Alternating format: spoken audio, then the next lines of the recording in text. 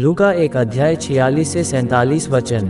तब मरियम ने कहा, मेरा प्राण प्रभु की बड़ाई करता है और मेरी आत्मा मेरे उद्धार करने वाले परमेश्वर से आनंदित हुई। परमेश्वर द्वारा लिखी गई कहानी। मातृत्व की ओर मरियम का सफर काफी अनोखा था। अविवाहित कुंवारी होने के बावजूद उसने परमेश्वर के बेटे को जन्म दिया। मरियम आसानी से अकेलापन या अलगाव महसूस कर सकती थी, लेकिन परमेश्वर द्वारा लिखी गई कहानी में वह अकेली नहीं थी। कई सालों तक मरियम की रिश्तेदार एलिजाबेथ और उसके पति जकरयाह ने परमेश्वर से प्रार्थना की और एक बच्चे के लिए प्रार्थना की। कई सालों के बाद परमेश्वर ने उनकी प्रार्थनाओं का जवाब दिया। जब एक स्वर्गदूत ने मरियम को बताया कि वह दुनिया के उद्धारकर्ता यीशु को जन्म देगी, तो वह सीधे एलिजाबेथ के पास गई, जो अपनी चमत्कारिक गर्भावस्था में कुछ महीने की गर्भवती थी।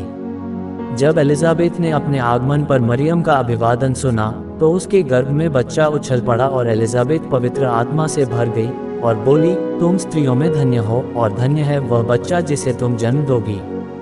लूका 1 अध्याय 42 वचन NIV। ध्यान रखें, मरियम को अभी अभी अपनी गर्भावस्था के बारे में पता चला था। अभिभूत, भयभीत या व्यथित होना इतना आसान, इतना समझ में आने वाला होता।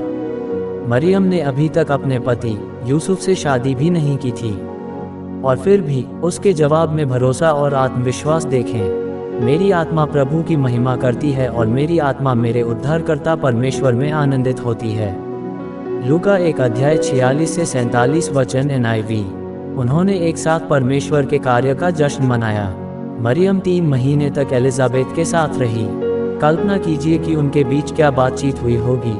भविष्यवाणियां पूरी हुई, परमेश्वर के राज्य का भविष्य, उनके बेटों का जीवन कैसा होगा।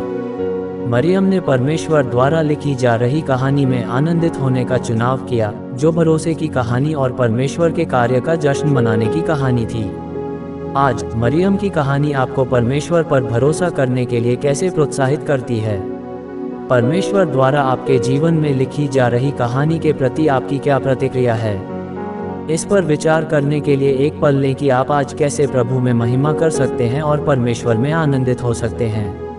बारली, पावरी, सितारा परिवार को सब्सक्राइब करें और मित्रों को शेयर करें। धन्यवाद।